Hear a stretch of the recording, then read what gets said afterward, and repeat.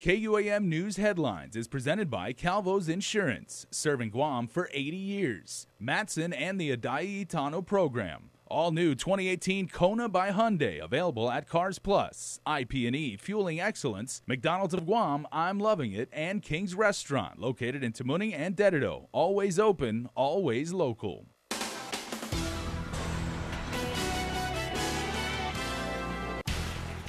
Ahead on primetime, charged with murder, the military naming the suspect accused in the killing of his fellow airman. Plus, new details giving a closer look at what happened leading up to the murder of a detainee at the Hagåtña lockup. And POTUS delivers a message to North Korea, canceling their planned meeting next month in Singapore. Half a day and good evening. He's officially been charged for the stabbing and killing of a fellow airman. The military confirming Airman First Class Isaiah Edwards is now being held in Barksdale Air Force Base in Louisiana. The details just released today come 2 months after Airman First Class Bradley Held was found dead in the base quarters up in Anderson. The base commander in Louisiana now tasked with deciding what comes next for Edwards.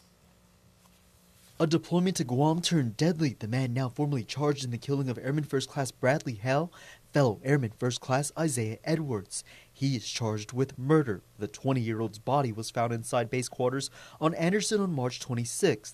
An autopsy showed that Held had been slashed on the neck. Investigators then saying they found a knife and a lot of blood at the scene.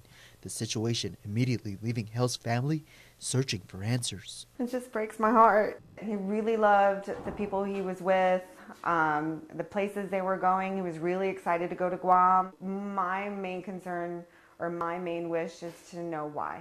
Held's mother, Charla, says her son was just a month shy of his 21st birthday. His father, Rodney Held, told the Shreveport Times that his son knew Edwards for about a year, and that friends have since told him that Edwards would often try to start fights. The two, assigned to the 2nd Aircraft Maintenance Squadron as electronic warfare journeymen, deployed to the territory together. The military has not released photos or further details about Edwards, but the pair apparently roommates during their temporary deployment to Guam. Rodney telling the local newspaper in Northwest Louisiana they didn't choose to be together. The Air Force put them together. He attended a May 11th preliminary hearing on the Air Force Base where the 911 call alerting authorities to a problem was played. Edwards apparently was the one who called police. Rodney, during the hearing, also reportedly forced to look away when the gruesome images of the crime scene were shown. 2nd Bomb Wing Commander Colonel Ty Newman directed the preliminary hearing, or Article 32 hearing referenced in the Uniform Code of Military Justice. These hearings, the military says, are used to determine if probable cause exists to proceed to trial. Newman will review the officers' reports from the hearing and determine the next step in the trial process. Officials say Edwards is presumed innocent of the accusations unless proven guilty beyond a reasonable doubt at a court-martial. While court documents have painted a clearer picture of what unfolded hours before Manson Issar had died in his jail cell last year, prosecution gives more details as parties argue several motions before the court today. As reported, 9 men have been charged. Each of the men alleged to have played a role, conspiring, beating, or raping Issar in the hours leading to his final breath. Some don't want to go to trial with the group. Some want jurors to view the crime scene, and others want their charges thrown out. In court on Friday, several motions were argued before Judge Anita Sokola. As reported, Marvin Retcham, Eisner Miller, Benster Benjamin, Jimmy Hadley, Albert Santos II, Elas Cimarron, Andrew Rios Jr., Vincent Minicio, and Jeremiah Ishizaki are charged in connection to last year's murder in the prison. It said the beating was a revenge attack on the victim, detainee Manson Issar. Rios is the only defendant charged with criminal sexual conduct. His attorney, Philip Torres, argued Rios' case should be severed because his charge is so different and occurred hours after the main incident. Prosecutor Jeremy Kemper revealing to the court that there was another individual present in the room at the time of the sexual assault. He identified the witness as Benjamin. Kemper argued, quote, "Since he's also involved in the primary attack on the victim, it makes sense to stand with the statutory preference for joinder," end quote. The court is also considering a motion from the government to have each of the defendants submit a cheek swab. We should note Hadley has already entered a plea agreement with the government, and Ishizaki is also expected to cooperate. A decision and order on each of the motions will be issued shortly. Unsealed in the District Court of Guam today, pounds of suspected crystal methamphetamine found in cargo. The case going back nearly 2 years. According to court filings, customs officers were inspecting cargo when they discovered more than 5 pounds of suspected crystal meth. The items were found in a disc jockey table, wrapped in cellophane and hidden within the panels. Another package, believed to be from the same sender, contained just over 2 pounds of suspected crystal meth hidden in a white laminate cabinet. The suspected drugs were in the floorboards, wrapped in cellophane in the same fashion as the first package. The items were repackaged and completed its route to Guam. Court documents state the feds have interviewed parties who made the pickup, but want the cell phone company for those individuals preserved, justifying their request for a search warrant back in January 2017. Court filings, unfortunately, don't say if any arrests were made. An indictment handed down against the defendants charged in what GPD is calling their largest cocaine bust ever. Court documents identify Robert Afison as the source of the drugs. He reportedly told police the drugs washed up on the shore of his property several weeks prior. 9 others were arrested and charged in connection to this case, which recovered 35 pounds of the drug. Afison is joined by Jonathan Joe Meno Manglonia, George Carlos Paulino Flores, John Ekfaji Tainatango, Monica Ann Caneta, Carl Santiago Uggan, Nicholas Glenn Frederick, Dambi Rojas, Jimmy Afison, and Randall Fulcher Jr. The 10-page indictment was filed earlier this week. Each of the defendants charged with possession of a Schedule II controlled substance, while Afison faces an additional charge of delivery of a Schedule II controlled substance. Now, investigators so far this year have confiscated $1 million worth of cocaine. The DEA is analyzing the drugs. Arrested on criminal charges, but only walking away with a traffic ticket. This is the case for 34-year-old Trisha Tenorio, the woman whose arrest was linked to an apparent scheme to smuggle prison contraband. Tenorio appeared in court on Friday alongside defense attorney Jackie Terlahi. KUAM files show Tenorio had been indicted on charges of intimidation of a witness by extortion, witness tampering, and harassment. She's accused of confronting friends of the alleged victim, telling them she wants to kill them for snitching on her boyfriend, Frankie Roslin. Roslin is one of the Dep Corps officers arrested for prison contraband. Tenorio was reportedly seen staking out the victim's home. According to the negotiated agreement, she admits that back in October 2017, she drove through the village of Sinahanya at a speed less than the speed limit. Her attorney tells KUAM, quote, "The dismissal of felony charges in exchange for a traffic ticket speaks volumes about the evidence in the case. Her case was closed today," end quote. What was billed as an historic summit between the U.S. and North Korea is now off. The White House says the North reneged on several promises and stood up an American delegation attempting to make plans in Singapore last week. Guam Homeland Security officials are, of course, monitoring the events and calling the cancellation a disappointing setback. They hope diplomatic efforts continue to turn the situation back to a positive direction. Yeah, South Korea's government said it, too, was taken by surprise. Mola Lengi has more. I've decided to terminate the planned summit in Singapore on June 12th. President Trump suddenly canceled his long-touted meeting with North Korea's Kim Jong-un, accusing the North of tremendous anger and open hostility. That's a reference to the North calling Vice President Mike Pence a political dummy. President Trump then revived his military rhetoric. Our military, which is by far the most powerful anywhere in the world, that has been greatly enhanced recently, as you all know, is ready if necessary. The White House also says the North stood up a U.S. delegation in Singapore last week. Some lawmakers say it's clear now is not the time for a summit. I think the Americans are ready. It appears maybe they were not. Others say both sides need to dial down the rhetoric. Increased aggressive rhetoric on both sides in the last week have shown that it was unlikely to be productive. President Trump put the ball in North Korea's court, and late Thursday, the North said it's open to resolving problems, quote, at any time, in any way. North Korea made a grand show of inviting journalists to witness the alleged detonation of 3 tunnels at its main nuclear testing site.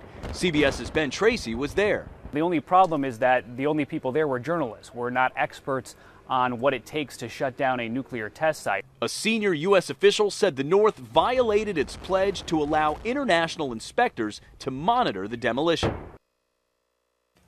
Tensions were high in August of last year when Guam was under threat of a missile strike by North Korea. In response, Congresswoman Madeline Verdalio encouraged Trump to outline his plans for a diplomatic way forward. She states, quote, "It is important that the president make clear to our allies and the international community that the U.S. is committed to promoting peace on the Korean Peninsula and stability in the Asia-Pacific region. We should work with our international partners to denuclearize North Korea and ensure that Guam and the region remain safe and secure."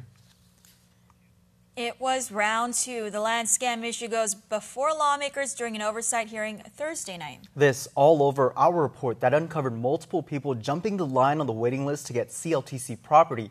We brought you the story from the Attorney General, who said the issue will go to court and that it would be a long, drawn-out process. The CLTC, however, making reassurances to senators that they are working to correct the wrong done to applicants.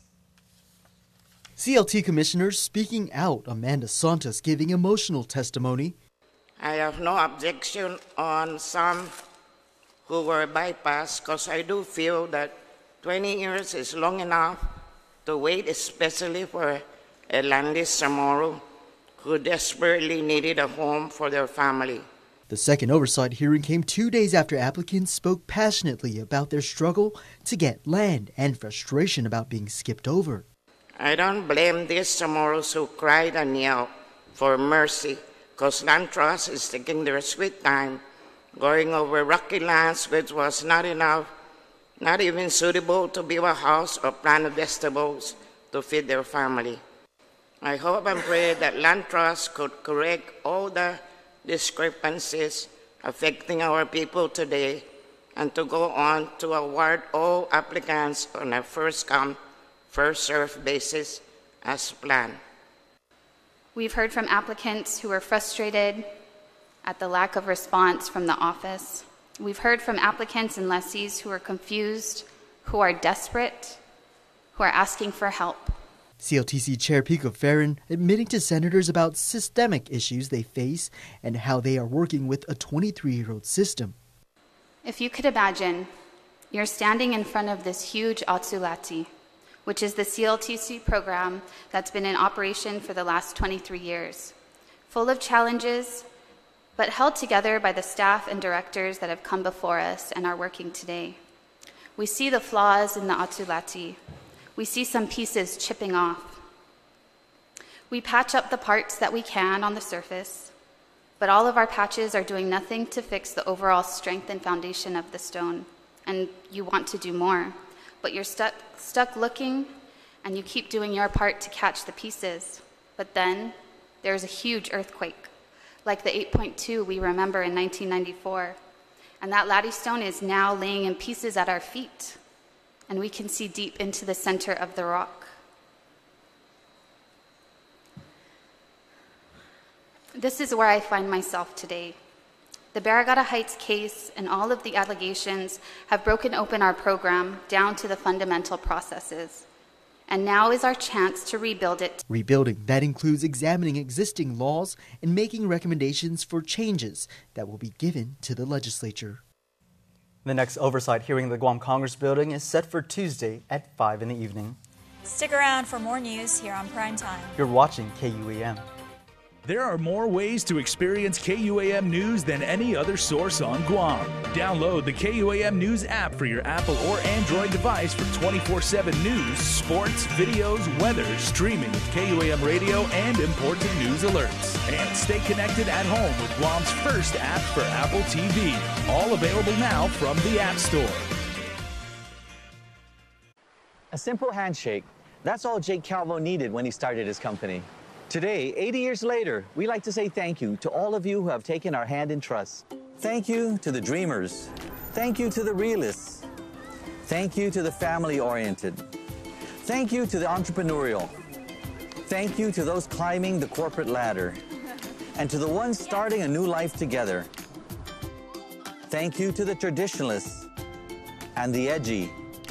To the young at heart and the old souls. Thank you to the daring, to the protective, to the practical. Thank you to the hopeful. To all of you from all of us, our deepest, happiest, and infinite thanks. 80 years here for you. 80 years thanks to you. Calvo's Insurance, a legacy of trust.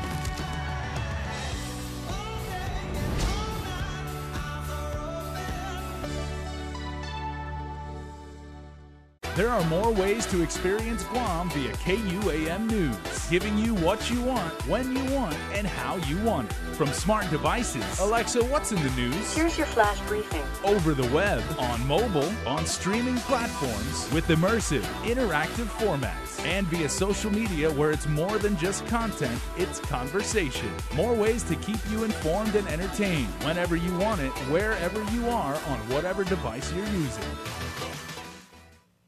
Welcome back. Tax amnesty filers will get some extra time. Revenue Tax Director John Camacho announced that the deadline to file applications is extended another 3 weeks to June 19th. He says they have received an increasing number of requests to extend. DRT says the primary reason for taxpayers' request is so they can secure financing to pay for the unpaid taxes. All payments still due August 6th of this year. Once again, the deadline to apply for tax amnesty has been extended to June 19th. Joint Region Marianas hosted the 6th annual Programmatic Agreement Workshop on Thursday at the Guam Museum. The workshop is a requirement of the 2011 PA and is a work session reserved for signatories and concurring parties of the PA and Department of Navy guests. Major Tim Patrick is the Public Affairs Officer for Marine Corps Activity Guam. The Department of Defense is a great steward of natural and cultural resources, and to some extent this is a really good opportunity for the Department of Defense to be able to show everything that's being done because it is either up to or exceeds federal standards.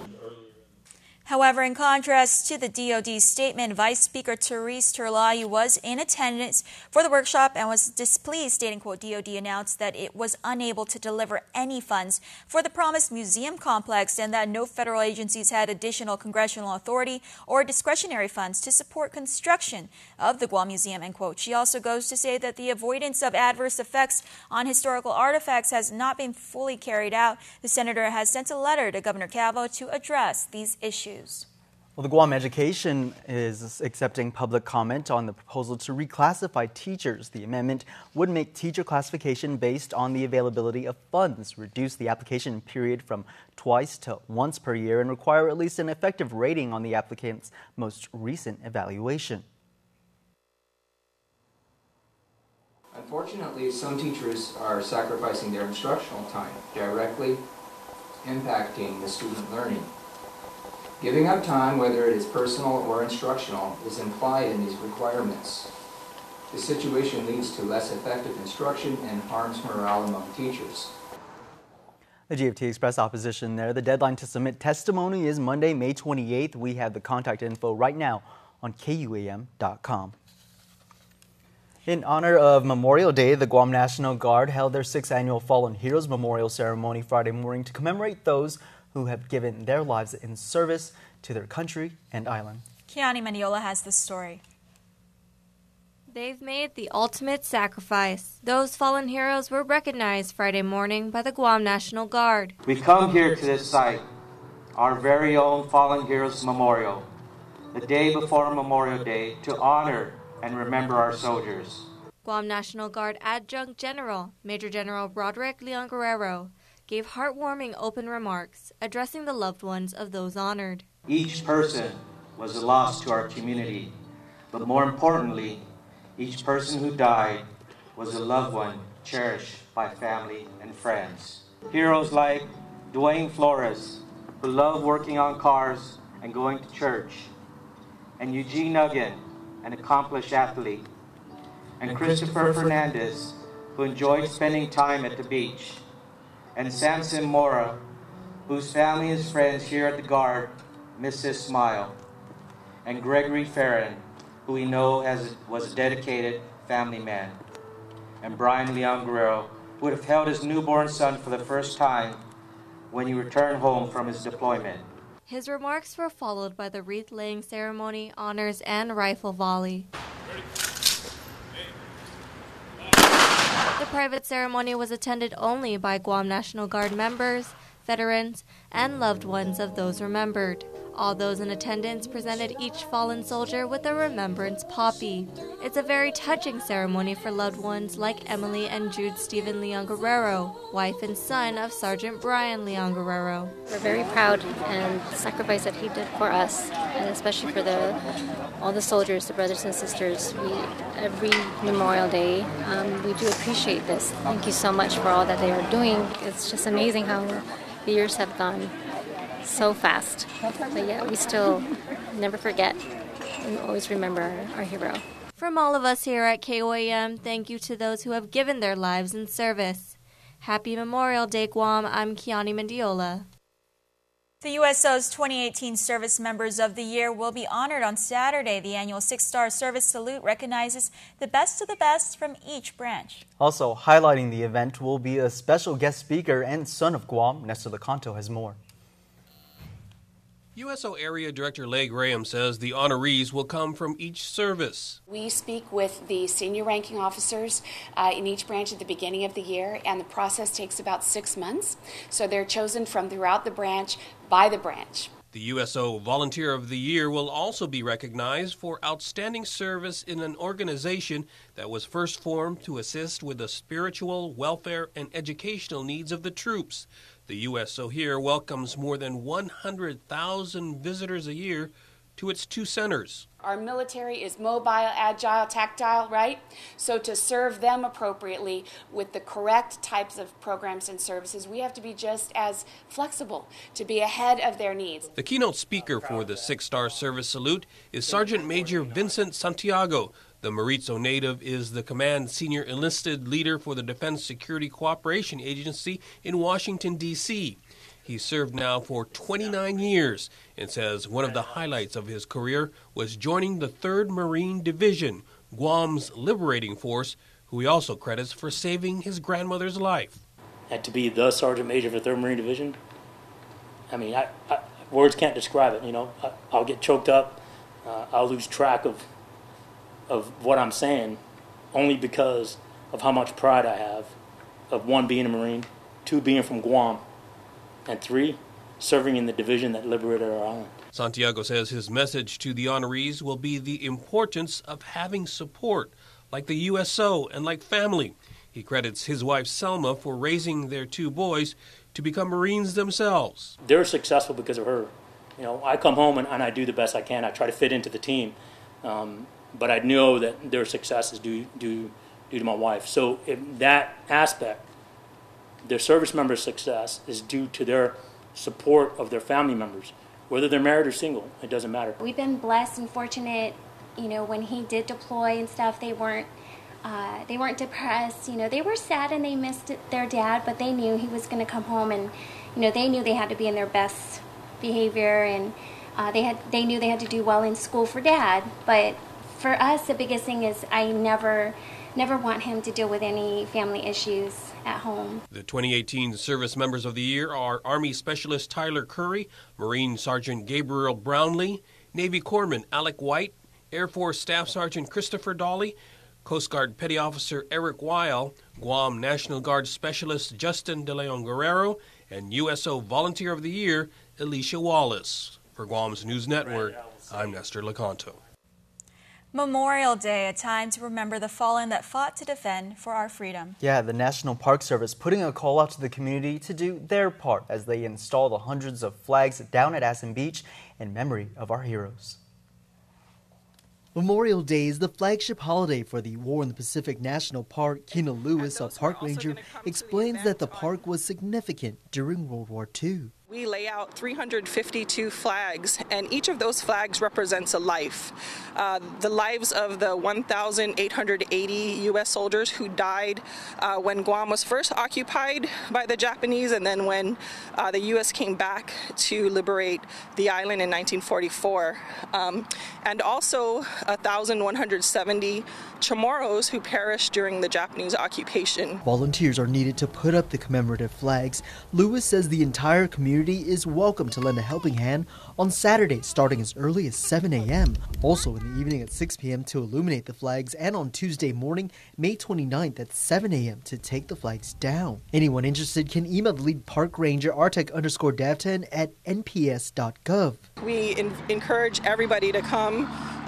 Doesn't matter where you're from, just come and volunteer with us, learn a little bit about what happened here on Guam during World War II. Also encouraging the community to drive with caution during Monday's Memorial Day services, like Saturday's candlelight ceremony. This is a perfect opportunity to just remember and commemorate those who made the ultimate sacrifice for our freedom. Sacrifices, she says, lives on in the soldiers who are fighting for our freedom today.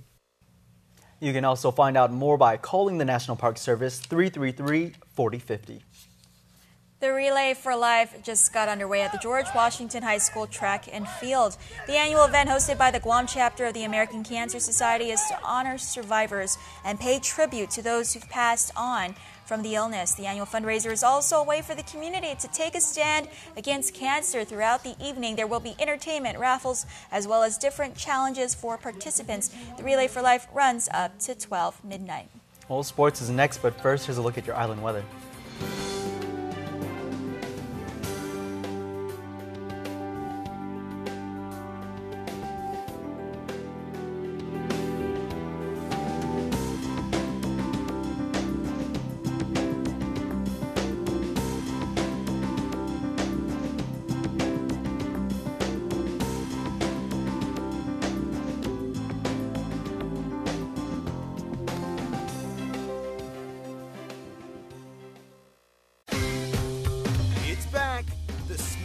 Supercell event.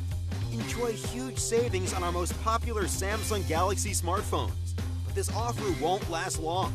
So drop into a GTA store today. Our mighty SUV mega sale is going on now at Cars Plus, and you're going to save big with cash back on every purchase. Get to Cars Plus and shop our great selection of Hyundai Santa Fe's, Tucsons, and the all-new Kona, Guam's most affordable SUV. Or our full line of Jeeps, like a new Jeep Renegade, save $6,000, or a new Jeep Cherokee, save $4,500 with rates as low as 1.99% APR for qualified buyers. It's Cars Plus, mighty SUV mega sale. Cars Plus, driven by you.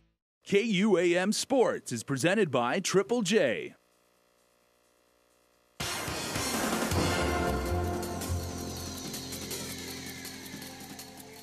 What's up, Guam? Dave Delgado here for KUAM Sports. Thanks for watching. We start the show off tonight in Manilao for your Darrenton Athlete of the Week. Check it out. We're here at Darrenton, Manilao for our Athlete of the Week. Today we have Ninja Warrior competitor Darren Perez. Gloria? Congratulations on being Darrenton's Athlete of the Week. Who would you like to donate this check to? Thanks. I'd like to donate this check to EMC Cancer Foundation, simply because I had a friend in the UK, a 12-year-old boy, and he was diagnosed with a brain tumor, and they have like a 90% chance of not surviving. So I want to donate this to help out everyone who has cancer. All right, Darren, recently competing in the UK on Ninja Warrior. Let's talk about how you got involved with the whole sport itself. Honestly, I was just kind of watching the old Japanese version on the TV, and my wife asked me why not I give it a shot. I had no excuse. She found an event in London. I went, I did it, I came out first place, and I knew I had a knack for it. And for a lot of you men and women competitors, it's almost kind of like a lifestyle that, you know, on the course, it kind of trickles off the course as well. Yes, that's exactly true. It's a lifestyle. There's a lot of things that people don't see off the course. I mean, from dieting to exercising, all the hard work. It's a complete lifestyle change. So if you want to do any kind of sport, you need to dedicate yourself. And let's talk about the UK experience. You finished with the fastest time in your heat. Yeah, I got the fastest time in my heat, with the next competitor finishing like 20 seconds behind me. Look out for the next episode. I mean, in the semifinals, that's aired already, and this Saturday comes the finals. You're back home for a little vacation, but you're also helping with a clinic put on by Trench Challenge. Yeah, that's right. This Saturday, I will be doing, I'll be a guest coach for the Trench Challenge, at Urban Fitness in Tamuning. You guys should come down and check it out. It's a free event. It'll be great to meet the community and show and teach what I've learned over the years. So please come on down. It's going to be from 11 a.m. till roughly 12, but I'll be there. So if you catch me afterwards, I'll stick around. I'm more than happy to give pointers, help you out with whatever you need, or diet, exercise. Let me know. I'll be there.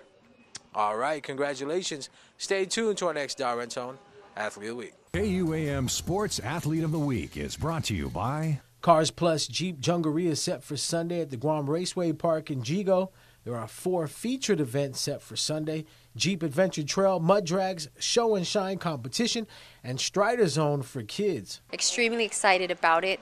We've got everything from a show and shine competition, which is who's got the beefiest, the biggest, the baddest, the cleanest Jeep, the most customized. That's going to be a great competition, trophies and prizes. We've got the RC Jeeps, which are remote control Jeeps happening, and of course, a number of activities for the kids. The event will run from 12 to 4 in the afternoon.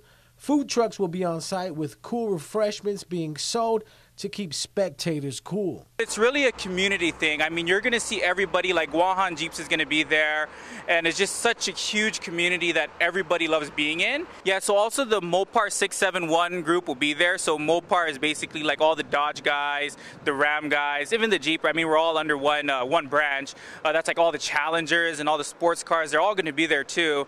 So you're going to feel really that big family feel when you get there. Well, that's going to do it for sports. We're back right after this. In this divided world, there are still things that unite us. Great music, thrilling games, and the love for that perfect burger. Ruby Tuesday Guam, for the love of burgers menu. For a limited time, get an amazing burger for just $11.99. Lunchtime at Ruby Tuesday Guam. Beat the increase at Triple J. Buy now before the sales tax starts. 0 down, 1.9% financing, and easy trade-in. Now is the time to buy. Get into a 2018 Mazda CX-5 at our lowest price yet, only $19,995. Or our big boy truck, the Ford F-150, starting at $298 per paycheck. Or the North American Car of the Year, the 2018 Honda Accord at only $206 per paycheck. Beat the increase and buy now at Triple J. Visit us online at triplejguam.com and get pre-approved instantly. Trade-ins welcome. Some conditions apply. Triple J Auto Group, customers first. And before we close out the news tonight, our latest round of birthday shoutouts from the Cold Stone Creamery Birthday Club.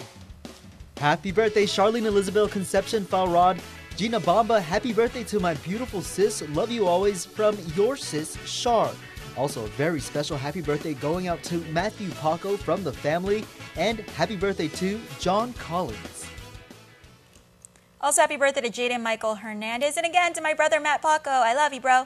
Remember, you can be part of the Cold Stone Creamery Birthday Club by registering online on KUAM.com. Please make sure to include with your photo your name and birth date. And Nick, it's our favorite time of the week. Yes, drum roll to announce the winner of the yummy Cold Stone Creamery Birthday Cake. And this week's winner is... That's awesome. Happy belated birthday. Congratulations. A rep from Cold Stone Creamery will contact you on how you can redeem your yummy Cold Stone Creamery Birthday Cake. Yes. Well, that's going to do it for us here in the news desk. Stay tuned. Jason's next with Extra. Closed captioning is brought to you by IT&E.